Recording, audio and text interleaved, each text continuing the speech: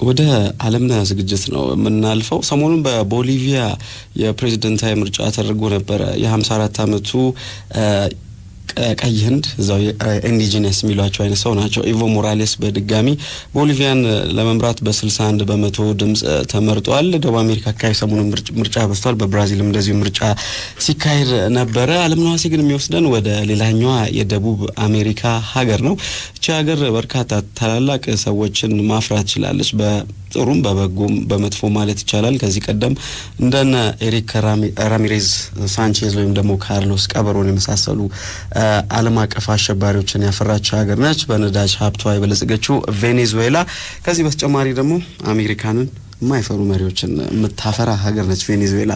በቬኔዙዌላ ቆይታ እናደርግና ከዓለም ነገር በኋላ ላይ ተመልሰን የምንገናኝ ነው የሚሆነው። በደጋፊዎቻቸው ዘንድ ኮማንዳንቴ አዛዡ ይሰኝ የነበሩት የቬኔዙዌላው ፕሬዝዳንት ሁጎ ራፋኤል ቻቬዝ ፍሪያስ 21 ወራት ከፈጀ የነቀርሳ በሽታ ፍልሚያ በኋላ በካራካስ ወታደራዊ ሆስፒታል ውስጥ ከዚህ ዓለም በሞት ተለዩ። የካቲት 29 ሐሙስ የኢራኑ ፕሬዝዳንት አህመዲ ነጃድና የኩባው ፕሬዝዳንት ራውል ካስትሮን ጨምሮ 32 የዓለም መሪዎች በአብዛኛው ግራ ዘመሞች በተገኙበት ሥርዓተ ስንብታቸው ተፈጽሟል። አስከሬናቸው ግን ግባ ለመሬት አልተባለም። በሳይንሳዊ የማድረቂያ ዘዴ ተጠብቆና በክሪስታል መስታወት ውስጥ ተሸፍኖ ከትውልድ ትውልድ ከዘመን ዘመን እንዲተላለፍ በወታደራዊ ሙዚየም ውስጥ ደርቆ እንዲኖር ተወስኗል።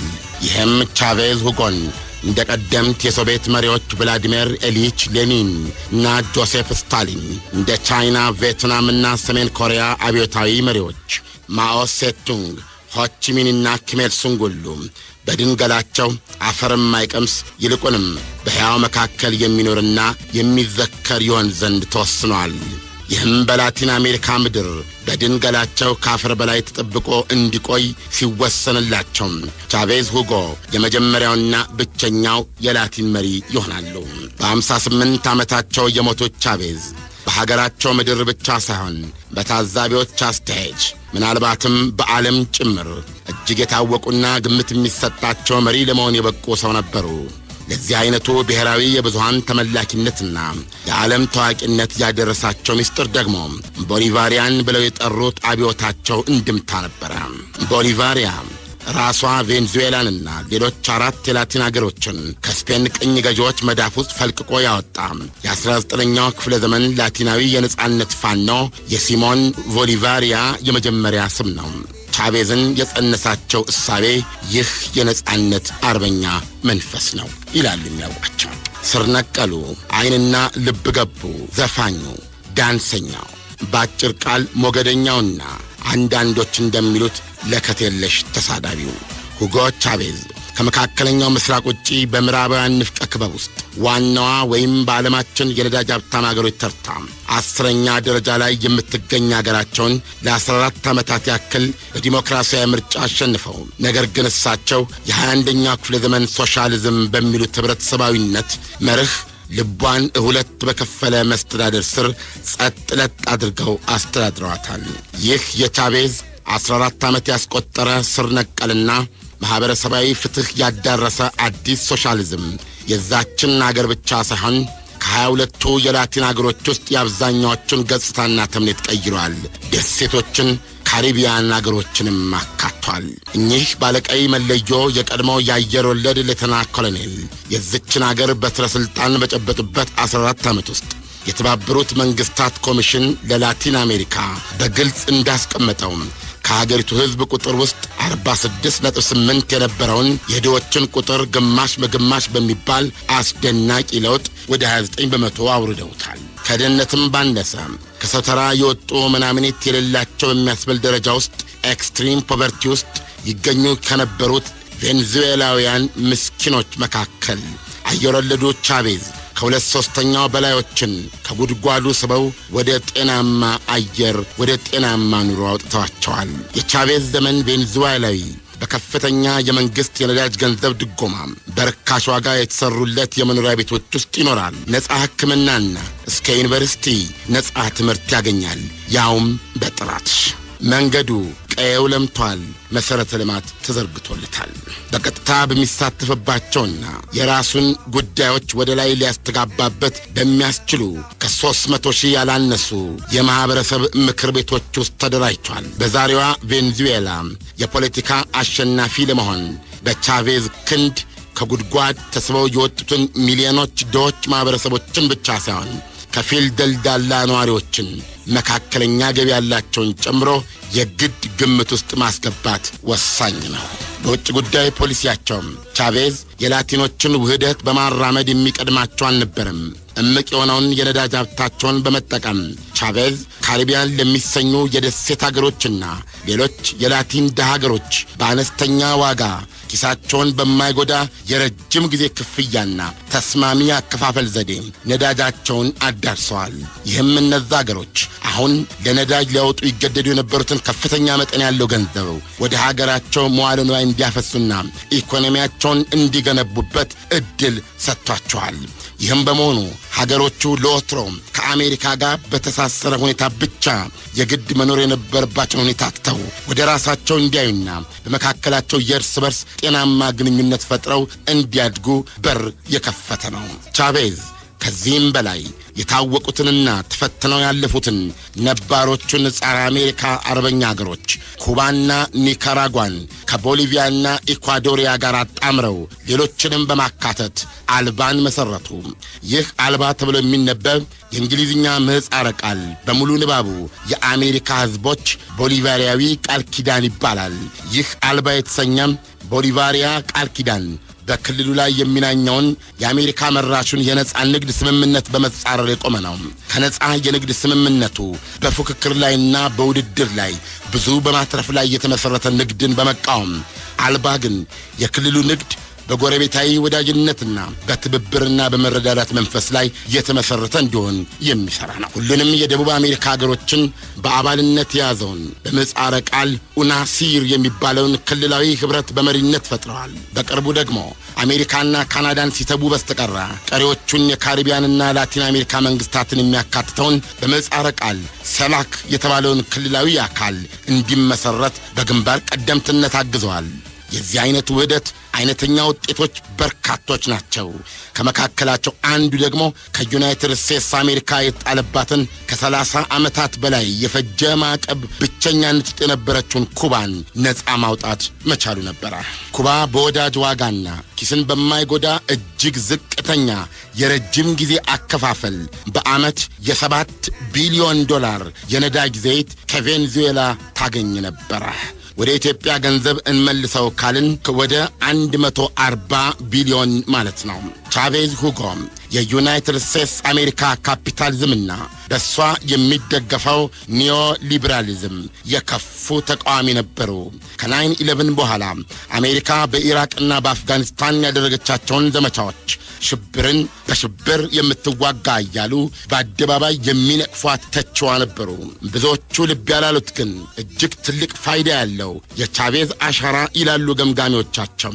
የቻቬዝ ርዕዮተ ዓለማዊና አብሪ ሰብዕና በላቲን አሜሪካ ሀገሮች ያሰፈነው መንፈስ ነው። ላቲኖች በማንኛውም ዲሞክራሲያዊ ምርጫ ውድድር ላይ ከቻቬዝ በኋላ ማለት ነው ምርጫቸው በተከታታይ ግራ ዘመም የፖለቲካ ፓርቲዎችንና ፖለቲከኞችን እየሆነ መጥቷል። የዚህ ምክንያቱ ደግሞ ይላሉ ቻቬዝ የሚያስበውን የሚናገር የሚናገረውን ደግሞ የሚፈጽም ብርቅ ፖለቲከኛ ስለነበረ ነው ይላሉ። ቬንዙዌላ አንጀቷ ድረስ በተሰማት ሰቀቀን እያለቀሰች የተለየችው ሰው የተለየችው መሪዋ ሁጎ ቻቬዝ ቅንጣት በሚለቅሙ መከረኞቿና በሚቀናጡ ቅምጥሎቿ መካከል ላይና ታች ተንቦርቅቆ የነበረው ልዩነት ያጠበበ ብዙሃኑን በአገራቸው ምድር እኩልነት እንዲሰማቸው ያደረገ አገራቸውን በላቲን አሜሪካ ሀገሮች ሲታይ እንኳን በቁጥር 1 የምትጠቀስ እኩልነት እየተንሰራፋባት የመጣ የጋራ አገር ያደረጉ ሰው ነበሩ ይሏቸዋል። በወታደራዊ መፈንቅለ መንግስት ሙከራ በፈረንጅ 1992 ወደ ሀገሪቱ ፖለቲካ እየመጡ ባልተሳካው ሙከራ 2 ዓመት የታሰሩ ከዛም በምህረት ተፈቱና የራሳቸውን 5ኛ ረድፍ የተባለ ፓርቲ አቋቁመው በምርጫ ፖለቲካ አሸንፈው ስልጣን ከያዙበት 1999 ጀምሮ ቻቬዝ 4 ጊዜ በምርጫ አሸንፈዋል። አሁንም የሌላ የ6 ዓመት የስልጣን ዘመን አሸናፊ ሆነው ሳለው ነው ነቀርሳ ከፖለቲካም ከህይወትም የለያቸው። ቻቬዝ በስልጣን ዘመናቸው ከሶቪየት ሶሻሊዝም የተለየ ያሉትን የ21ኛው ክፍለ ዘመንን ሶሻሊዝምን እውን ለማድረግ ያግዛቸው ዘንድ ህገ መንግስታዊ ለውጥ አድርገዋል። ህዝብ አሳታፊ ስርዓት አደራጅተዋል። የሀገሪቱን የነዳጅ አቅራቢዎች ድርጅት 60% በመንግስት ቁጥጥር ስር እንዲውልና ሌሎች ቁልፍ ኢንዱስትሪዎችን በመንግስት ቁጥጥር ስር ለህዝብ ጥቅም አውለዋል። የቻቬዝ የ21ኛው ክፍለ ዘመን ሶሻሊዝም ከቀድሞ የሶቪየት ሶሻሊዝም የሚለይበት ሌላ እንግዳ ባህሪው በመህርነት ከሚጠቅሳቸው ነጥቦች አንዱ በክርስትና እምነት ከሶቪየት ህብረት ኮሚኒዝም በተለየ የ21ኛው ክፍለ ዘመን የቻቬዝ ወይም ቻቪዝሞ ሶሻሊዝም ለየት የሚያደርገው አንድ እንግዳ ባህሪ ያለው በዚህ የማህበራዊ እኩልነት መርሁ ላይ እንደ አንድ ታላቅ መሪ ከሚያቸው መካከል ከቦባሪያው የነጻነት ታጋይ ውጪ ኢየሱስ ክርስቶስ አንዱ ነው። እኚህ የቻቪዝሞ መስራች ቻቬዝ ሁጎ በማንኛውም ንግግራቸውም ሆነ በደረሱበት ቦታ ያማትባሉ። ኢየሱስ ክርስቶስ የማህበራዊ እኩልነት አደላዳይ እንደሆነ ያምኑ ነበር። ቻቬዝ በተረፈ በዓለም መድረክ ለከት የላቸውም እስኪባል ድረስ አሜሪካንን ተናግረዋታል። በፈረንጅ 2006 የተባበሩት መንግስታት ጠቅላላ ጉባኤ ፊት ቀርበው መናገር ነበረባቸው። እንደ ትናንት የመነጋገሪያ መድረኩ ላይ የዩናይትድ ስቴትስ አሜሪካ ፕሬዝዳንት ጆርጅ ቡሽ ቆመው ተናግረው ነበር። እናም በበነጋታው እዛው መድረክ ላይ የቆሙት ሁጎ ቻቬዝ እንዲህ አሉ። ትናንት ዲያብሎስ እዚህ መጥቶ ነበር አሉ። ቦታውን በጣታቸው እየጠቆሙና የመስቀል ቅርጽ ሰርተው እያማተቡ ዲያብሎስ እዚህ ነበር ትናንት፣ ልክ እዚህ ጋር። ይኸው ዛሬም ድረስ ቦታው ዲን ይሸታል ብለዋል። በመጽሐፍ ቅዱስ እንደምናውቀው ሰይጣን በመጨረሻ ዘመኑ ሲታሰር የማይጠፋ የዲን እሳት ውስጥ ይጨምራል። ይህን ለማለት ፈልገው ነው። ወይዛዝርትና መኳንንት አሉ ሲቀጥሉም ይህ ዲያብሎስ ነው ያልኳችሁ የዩናይትድ ስቴትስ አሜሪካ ፕሬዝዳንት እዚህ መድረክ ቆሞ ይችን ዓለም የገዛት ያክል በሚመስል መንፈስ ተናገረ። የእውነት ልክ የዚች ዓለም ብቸኛ ባለቤት የሆነ ያክል ነው እኮ ራሱን የቆጠረው ብለዋል። የእንግሊዙ ጠቅላይ ሚኒስትር ቶኒ ብሌር ደግሞ እባክዎ አሏቸው በአንድ ወቅት በዓለም አቀፍ ሕግ በመስራት ይመኑ፣ ለዓለም አቀፍ ሕግ ይገዙ። ደግሞስ ከዚህ ከካስትሮ ጋር እንዲህ መወዳጀጆት ለራስዎትስ ለአገሮትስ ምን ይጠቅማል ብለው ነው ቢቀርቦት አይሻልም ሲሉ መከሯቸው። ቻቬዝ እንዲህ አሉ። አቶ ብሌር ሀፍረት ይኑር እንጂ እንዲህማ መረንና ስዳቱን አንተኮ ሞራል ካልፈጠረባቸው ከይሲዎች አንዱ ነህ። በዓለም ማህበረሰብ መተዳደሪያ ሕግ ስም ማንንም ለመተቸት መብት የሌለ ሰው ነህ አንተኮ በዚች ምድር ሕዝብ ፈጅ ከሆነ ቡሽ ሂትለር ጋር ተወዳጅነትን ለማትረፍ ጭራውን የሚቆላ ኢምፔሪያሊስታዊ የዳማ ጠጠር ነህ። ገሃነም ግባ አቶ ብሌር ብለዋቸው ነበር። ሁጎ ቻቬዝ ካፒታሊዝምን ፈጽሞ አያምኑትም። ከዚህ ቀደም በማርስ ላይ ሕይወት ሳይኖር አልቀረም ነበር ብለውም ይጠረጥራሉ። አሁን ልናየው ያልቻለውም በሳቸው እምነት ካፒታሊዝምና ኢምፔሪያሊዝም ደርሰው ዶጋመድ ስላደረጉት መሆን አለበት። ልብ አድርጉ አሉ። እዚህ መሬታችን ላይ ከብዙ መቶ ዓመታት በፊት ታላላቅ ደኖች ነበሩ። አሁን ግን በረሃዎች፣ በርካታ ወንዞች ነበሩ። አሁን ግን ምድረ በዳዎች ብለዋል። የጆርጅ ቡሽ ዘመነ መንግስት ውጭ ጉዳይ ሚኒስትር ኮንዶሊዛ ራይስም የሁጎ ከፍተኛ ትችት ይደርስባቸው የነበሩ ሰው ናቸው። በአንድ ወቅት የኛ ወይዘሪት ብለዋቸው ነበር በሽሙጥ። ፕሬዝዳንቱም የሕግ አውጭነት ስልጣን ሙሉ በሙሉ ለራሳቸው እያጎናጸፉ ነው በሚል የአሜሪካ ባለስልጣኖች በተቿቸው ጊዜም ቻቬዝ እንዲህ አሉ። ምንድነው የኤምፓየር የሚፈልገው? በእርግጥ ኮንዶሊዛ ብለዋለች። እንደምን አለሽ? ረስተሽኛል መሰለኝ የኛ ወይዘሪት። በግልጽ ተናግረሻል። የኤምፓየር የሚፈልገው በመካከለኛው ምስራቅ አዲስ ጂኦፖለቲካዊ ካርታ ለመፍጠር ነው። ቻቬዝ ኮንዶሊዛ ላይ ለከፋ በማብዛት ይታወቃሉ። ልብ በይ አንቺ ሙጫ፣ አንቺ ልጅ፣ እኔ ሜዳ ላይ እንደሚበቅል ሾካማ ዛፍ አይነት ነኝ። ላለፈ ላገደመው መልካም ማዛዬን የምረጭ በመወዝወዝ የሚያንገላታኝን ደግሞ የምወጋ ሾክ ነኝ። ስለዚህ ኮንዶሊዛ ከኔ ጋር እኩል ጥምድ ቢቀርብሽ ይሻላል። ከኔ ጋር አሏት በአዲስ አበባ ቋንቋ። አትሳፈጭ አንቺዬ። የ2010 የሃይቲ ርዕደ መሬት የአሜሪካ ምስጢራዊ የጦር መሳሪያ ሙከራ ያስከተለው ርዕደ መሬት ሳይሆን አይቀርም ይሉ ነበር። በእጅጉ የተቹት ግን የአሜሪካንን የእርዳታ አሰጣጥ ሁኔታ ነበረ። እንዳነበብኩት ከሆነ አሉ ሁጎ 3000 የአሜሪካ ባህር ኃይል ወታደሮች ጦር ሜዳ የሚዘምቱ ይመስል ጠመንጃቸውን ወድረው ነው ሄይቲ ተንደርድረው የገቡት። ያንተ ያለ ሃይቲ ጦር መሳሪያ አይደል የቸገራት። አሜሪካ መላክ የነበረባት ዶክተሮች፣ መድኃኒት፣ ነዳጅ፣ የመስክ ሆስፒታሎች ነበረ። በእርዳታ ሰበብ ሃይቲን በቁጥጥር ስር እያዋሉ ነው እነዚህ ሰዎች። ይግረም ብሎ ደግሞ በሃይቲ ጎዳናዎች ላይ አትታይም። ሬሳ እየሰበስቡ ነው ጉድጓድ ውስጥ ወይስ ቁስለኞችን ለማግኘት እየፈለጉ ነው እንዲጥፈት ያሉት? ምን አባቴ ላድርግ? በአደባባይ አይታዩም፣ በግል ያላየዋቸውም የት ይሆኑ ብለዋል። በነገራችን ላይ የሃይቲን የመሬት መንቀጥቀጥ አደጋ ተከትሎም ቻቬዝ ያደረጉት ሀገሪቱ ያለባትን የነዳጅ ዕዳ መማር ነበር። ሌላ ጸረ አሜሪካ ቋንቋቸው ደግሞ ወዳጅ አመራረጣቸው ነበር። የቻቬዝ ጓደኞች ከካስትሮ ይጀምራል። ካስትሮ፣ የኢራኑ አህመዲ ነጃድ፣ የዚምባብዌው ሮበርት ሙጋቤ፣ ከሁሉም በላይ ደግሞ ሟቹ ሳዳም ሁሴን ጭምር፣ እንደዚሁም የሶሪያው ፕሬዝደንት ሐፊዝ አልአሳድ። እነዚህ የሁጎ ቻቬዝ ወዳጆች ነበሩ። ሟቹ የሊቢያው መሪ ሙአመር ጋዳፊማ የልብና የቅርብ ወዳጃቸው ነበሩ። ጋዳፊ በመጨረሻ ላይ ከቱቦ ውስጥ ተስበው የወርቅ ሽጉጣቸውን እንደያዙ በድብደባና በመጨረሻም ሕይወታቸውን ሊያጡ ከመብቃታቸው በፊት አውቀውበት ቢሆን ኖሮ ወደ ቬንዙዌላ ይሸሻሉ ተብሎ ይታመን ነበረ። ያ ቢሆን ኖሮ ሁጎ ለማንም አሳልፈው አይሰጧቸውም ነበረ። በኢራቅ ጉብኝታቸው ሁጎ ከሳዳም ጎን ተቀምጠው በሳዳም አሽከርካሪነት በአንድ መኪና ሲሄዱ የተነሱት ቪዲዮ አላቸው። አህመዲ ነጃድ የዩራኒየም ጠመቃቸው ቀዩ መስመር ድረስ እስኪደርስ የሚጠበቁት የኢራኑ አህመዲ ነጃድም የሁጎ ቻቬዝ የልብ ምስጢረኛ ናቸው ለማለት ይቻላል። ከሁሉም በላይ ቻቬዝን አስገራሚ ያደረገው ብዙዎችን ያስደነገጠ ንግግራቸውን ያደረጉት በ2011 ለወታደሮቻቸው ነበረ።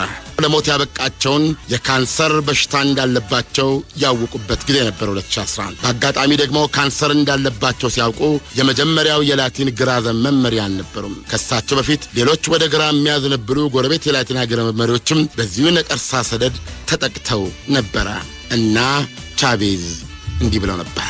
በዚህ በላቲን አሜሪካ በምንገኝ መሪዎች ዘንድ እየደረሰብን ያለው የነቀርሳ ሰደድ በየትኛውም ቀመስ ሲታይ መሆን ያለበት ነው ብዬ አላምንም።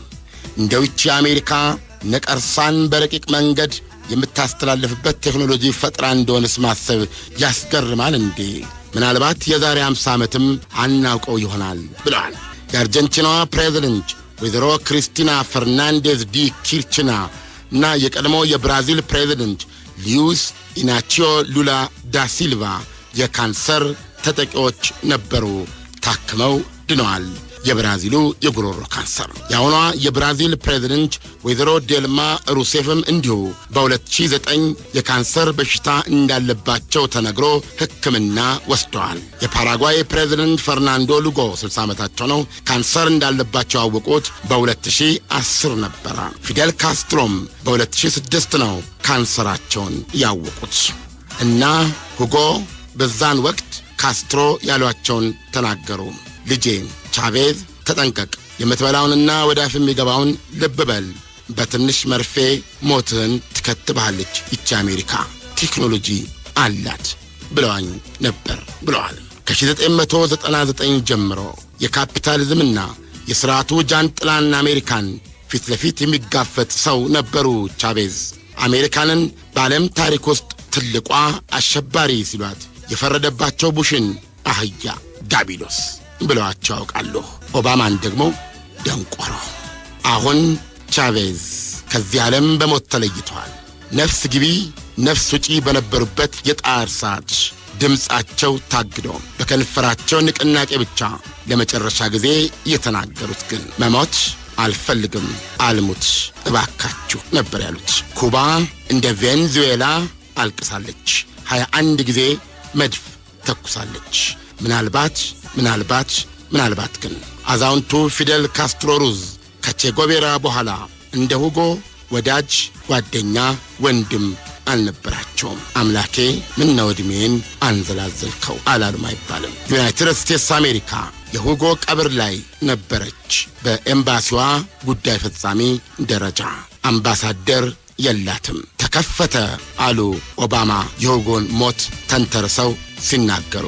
ተከፈተ አዲስ ምዕራፍ በአሜሪካና በቬንዙዌላ ህዝቦች መካከል።